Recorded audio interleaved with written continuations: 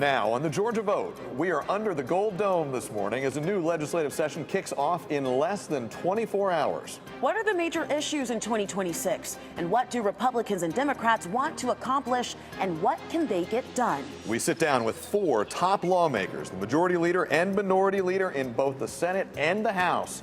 That's all right now on the Georgia vote, on location at the state capitol.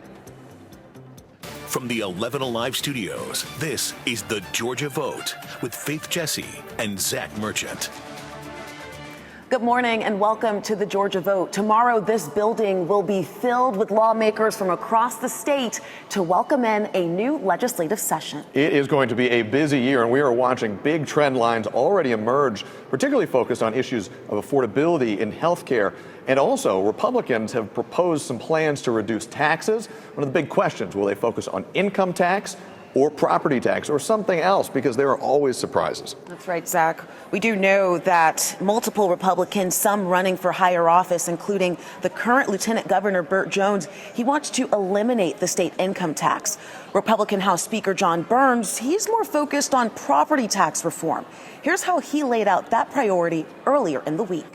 I don't think any of us in Georgia should ever face the possibility of losing that home because we can't afford to pay rent to the government.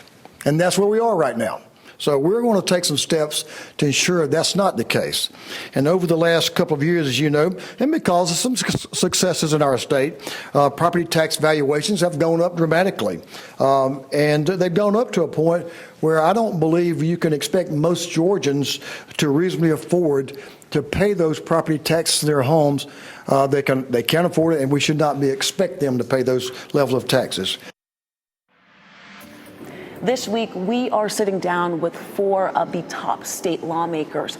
We start our conversations with the new Senate Majority Leader, that is Republican Jason Anavitarte, and he says that he has his focuses and his sights set on two major issues, including affordability and safety, among others. Here's part of our conversation. Society and security and things in neighborhoods, cracking down on gangs and doing a lot of other things. And I'll tell you, as somebody who's born and raised in Atlanta, grew up in Doraville, who dealt with gangs on a regular basis, working with John King when he was the police chief in Doraville, we've seen that kind of exacerbated over the last several years in terms of kind of the global phenomenon that we see on Georgia, and in particular Atlanta being the international city that it's been since 1996. So, our top priority is making sure Georgians can afford basic necessities. They can, put food on the table, pay for childcare, and be able to live their life. And I think subscribe to, the American dream that they want to live every single day with their families. We shift gears now and go across the aisle, sitting down with Democrat Harold Jones. He's the state Senate Minority Leader. This is what he had to say headed into the new session. Going into the 2026 session, what is your number one priority legislatively? The new big buzzword, of course, is affordability. And so I think that's one of the things we'll be looking at. But what does that actually mean? It really means, what can we do as a legislative body to actually help you be able to afford health care, to be able to afford a house, to be able to afford your groceries? And I think those are the things that we're going to be looking at to determine what we can do to make those processes easier. And so when we start talking about affordability, what could be more affordable if you have a home? If you're a renter, we ought to give counties the opportunity, at least, to where they can do some rent control. What can be more affordable to make sure that we don't have private equity buying up so many homes that people cannot buy, and then they rent them out at high rates? What can be more affordable to make sure that we can actually stop hospitals from closing, that people can actually pay their bills? And to do that, we know Medicaid expansion is going to be one of the areas. And of course, we also had a bill last year to deal with the subsidies, to where the state could provide its own subsidies, similar to the federal government. Democrats don't control the state. Don't control the state. How do you get these goals done anyway? I think one of the things you want to do is actually make the case to the people, and I think that's the key. And if you really look at how we've been doing things over the last year, and even a few years before that, we've actually been making that case to the people from a Democratic standpoint and saying these are actually the differences between the two parties. And I think you've seen that, of course, in the PSC race. We already saw that, where we had differences laid out, and we saw two Democrats be able to win that. We've overperformed in other races on the Senate side. Of course, we just won a House race, too. You can watch the full interviews with leaders Anavitarte and Jones. We talked about many other issues percolating under the Gold Dome. Those interviews are streaming right now on 11 Alive Plus. Always so much to talk about in Georgia politics, especially in the cusp of a brand new legislative session. Joining us, the Georgia Vote Political Roundtable, some veterans of the show and veterans of this building. Thal Sabak, Democratic strategist, and once upon a time the executive director of the House Democratic Caucus. Stephen Lawson, a Republican strategist. You once worked in Speaker John Burns' office. And Shannon McCaffrey, many titles, most recently managing editor of politics at the AJC. A lot of experience here. We did not have to tell you guys where to park when we told you we were going to be here today. If there was parking. Yeah, if there was. So we saw these interviews with the Senate majority and Senate minority leaders. No surprise, affordability is this theme that keeps coming up again and again. Shannon, let's start with you. How are the two chambers and the two parties going to navigate this? Well, I think there are a couple bright lines you can see already. The Senate Republicans are talking all about income tax. Income tax, they want to eliminate the state income tax. They've got a plan that would gradually get them to that point. You know, the big question, it's a huge driver of revenue for the state. So where do they replace that revenue? Something like almost half of the state's budget, right? Yeah, I can't remember the exact number, but, you know, we've got an enormous, I think it's 42%, you know, so basically $4 out of $6. So that's enormous. The House Republicans are looking instead at property tax relief.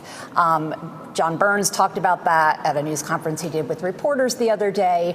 He has not outlined, though, how he would backfill that money, which goes to the counties. And that is the primary revenue source for the counties. I think in Fulton County, which is the largest, it's about $930 million. So where do you find that money, and how do you keep county governments working?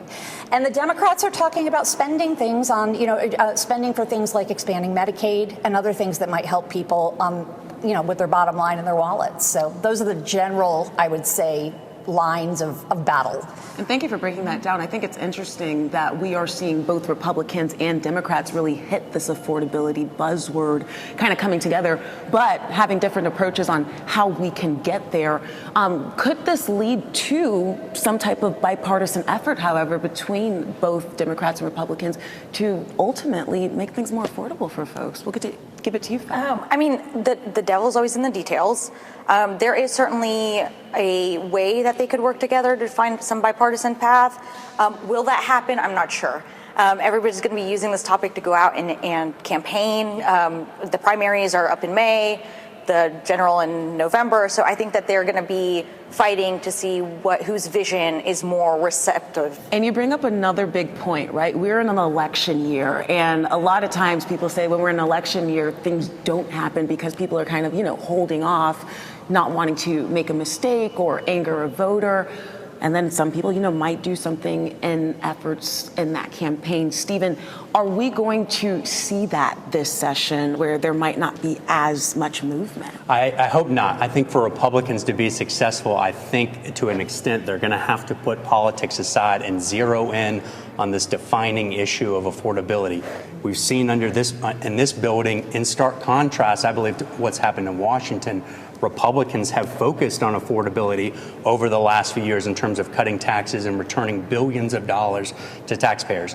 I think for their political fortunes, they will have to do that in a big way in this building in 2026. Fal, I want to piggyback off of that a little bit. Where are the incentives pointing, though? Because, Faith, you bring up very rightly, it's an election year. At some point, to win an election, you've got to prove that you as a candidate are the better choice than your opponent. You've got to draw some lines of division. Do the incentives under the Gold Dome this year point to putting the partisanship aside on the issue of affordability, or is it going to be something where everybody seems reasonably close today at the start of the session, and as the weeks go on, the gap widens? I think it depends. I think what we've been seeing in the 2025 special elections that we've had, and then these elections that are coming up, there is a real battle on who can control the narrative of affordability. Who is going to put more money back into Georgians' pockets? The argument that you're going to hear with the property taxes and state income tax from the Democratic side is, okay, well, how is that going to help with the bottom line? How is that going to help with the groceries? How is that going to help with your health insurance? So I think that they're trying to sell a different vision of affordability than what the Republicans are going to try to do. Well, on that note, we're going to take a small break. Stay with us. We'll be right back. Welcome back into the Georgia Vote, on location under the Gold Dome ahead of a brand new legislative session. You just heard from the state Senate. Now we're moving over to the state House. Here's part of our conversation with Republican House Majority Leader Chuck Efstration. What is your top priority going into the session? Affordability is the top focus right now. I think addressing certainly insurance premium rates, property taxes that Georgians are paying, healthcare affordability, and just really focusing on costs that families are experiencing. In brass tacks, how do you get it done?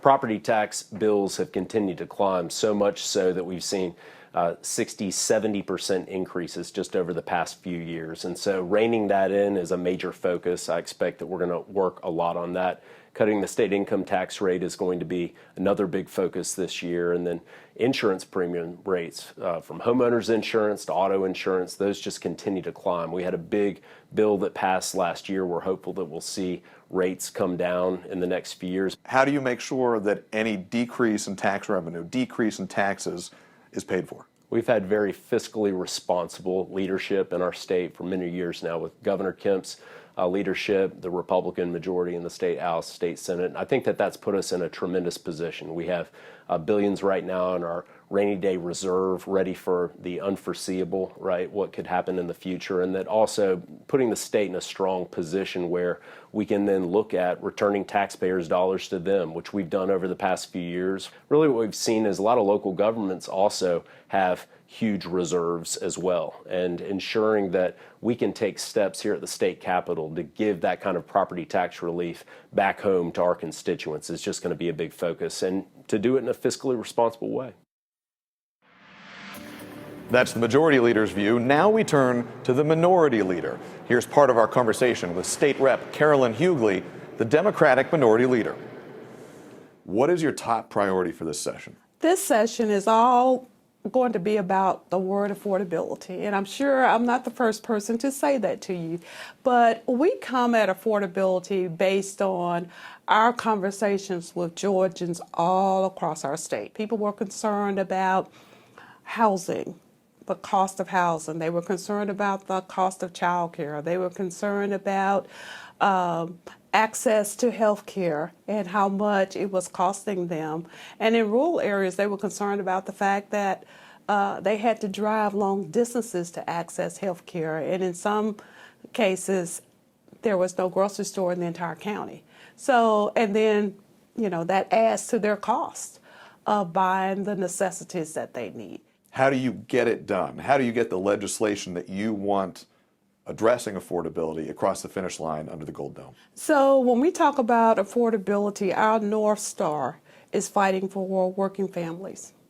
And of course, we are in the minority, so we're not in the driver's seat, but we have a cadre of ideas and bills that we want to interface with the majority on. And we're hopeful, since they're talking about affordability, that they're open to some of the things that we are interested in. You can watch the extended interviews with both House leaders, Efstration and Hughley. They're streaming right now on 11 Alive Plus. Back with our panel, Shannon, I want to ask you, looking from last session to this session, is there any unfinished business in the House? Yeah, I mean, if folks remember from last session, the House was still debating when the Senate closed shop, and they were debating a bill on cameras in schools' security zones. Right. So, you know, it'll be interesting because that kind of resulted in some bad blood between both House Speaker John Burns and Lieutenant Governor Burt Jones, if that comes back up again. There are a few other things. There was a large voting bill that was talked about. I don't know if that will come back up in an election year.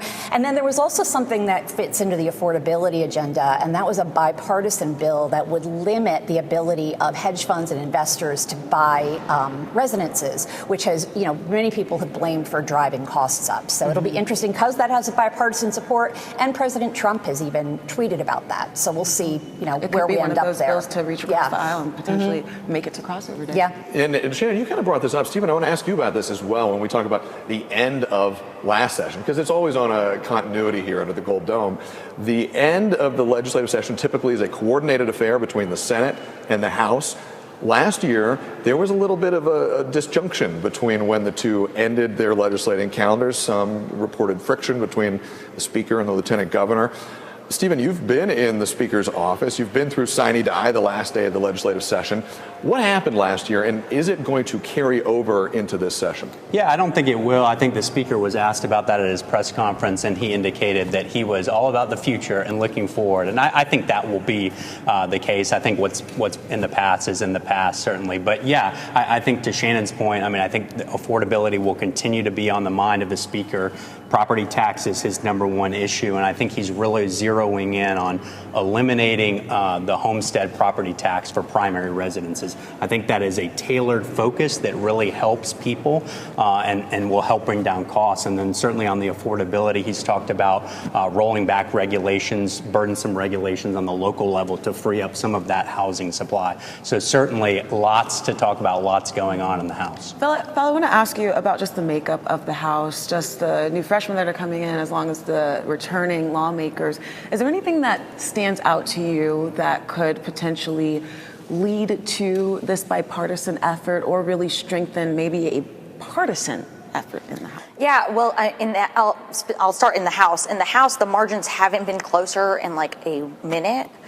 So I think that there are going to be some bills, and I always tell people, I mean, 95% of the bills that are passed here are pretty much unanimous. And so I think that you are going to have to go talk to other folks in the party and on both sides. Democrats are going to have to go talk to Republicans. Republicans are going to have to come talk to Democrats because the margin is so close. In the Senate, it's a little bit different. They tend to sometimes be a little bit more on party line. But still, there are a lot of topics that they're going to be talking about that they are going to need to have some sort of consensus to come to. And I ask you this too because I remember sine die last session, the sentiment among Democrats was kind of like, well, you know, we're here. Mm-hmm. Let's regroup and try it again next year. It wasn't very high. Could that change this year? Is there hope for that to change for Democrats this year? I think that you come off of winning 2 statewide elections. You just picked up a House seat. You just flipped a House seat in a special in November or in December, excuse me. And I think that coming off that momentum, I think you do come in to say, okay, we do have something to talk about. We do have some bills that we can fight for and push for. And I think that people are kind of ready. It's always easier for the party that's not in charge to come in during an off year or during a midterm year to come in and make the point that, hey, the people who are in charge are not doing what they're supposed to be doing. Stephen, on the flip side, Republicans have a majority that they want to hang on to. Mm-hmm. That's right. And I think that plays into exactly what Republicans should be thinking about. Certainly the environment is trending Democrats' direction. And I think that's all the more reason why Republicans under this building need to be united and laser focused on affordability. Because if they're not, and if they can't do these collective things and really tackle the issue of cost of living, it could be a sink or swim situation in November. Shannon, we've got about 30 seconds left. I want to give the last word to you. We're talking about all the things we kind of see coming on the horizon right now. There are always unexpected events over the course of a legislative session. You've covered many days here under the Gold Dome.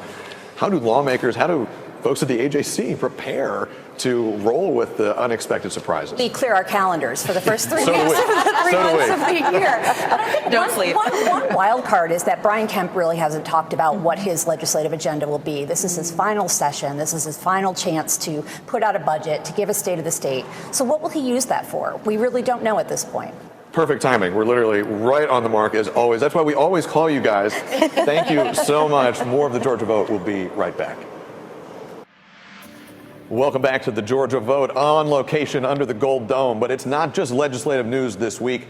Earlier this week, President Donald Trump's attorney here in Georgia, Steve Sadow, submitted a filing on the president's behalf asking for more than $6 million to be paid by the Fulton County District Attorney's Office. That's right. And this week, I asked him, why that number? Well, there's various attorneys that have been involved. There were those that were involved from the beginning of the investigation as early as January of 2021. And then I get involved in August of 2023. Jennifer Little stays involved, and that's where the accumulated attorney's fees come from. All of the fees and costs were paid for on behalf of President Trump by those that are in favor and supporting him in this case. So we're seeking reimbursement, and it will go back to the appropriate people. The request for these recoup fees is in accordance to a new state law that went into effect last year, allowing defendants to recoup fees from prosecutors that were disqualified from cases due to misconduct. Stay with us. We'll be back with our panel for their final thoughts headed into this big 2026 legislative session right after this.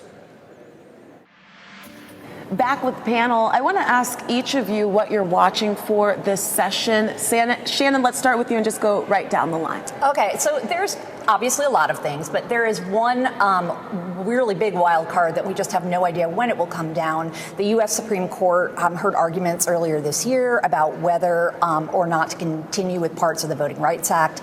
If they end up tossing out the parts that they're talking about, it could have a huge impact on congressional lines and lines here. So how do we deal with that? When does it come down? Does the decision come down in time to redraw lines before the primary? Does it come down afterward? That could just really throw a huge monkey wrench into things depending on when it happens and what the decision is. And it's a big midterm year, so we could absolutely see something like that pass. Steve? Yeah, I think this issue around insurance premiums and insurance rates, I think that's one definitely to watch for. Obviously, on the healthcare side on the national level, that's been discussed a lot. Here in Georgia, we had huge civil justice reform passed last year under the leadership of Brian Kemp and both legislative leaders. I think that's working. We're attracting insurance companies back.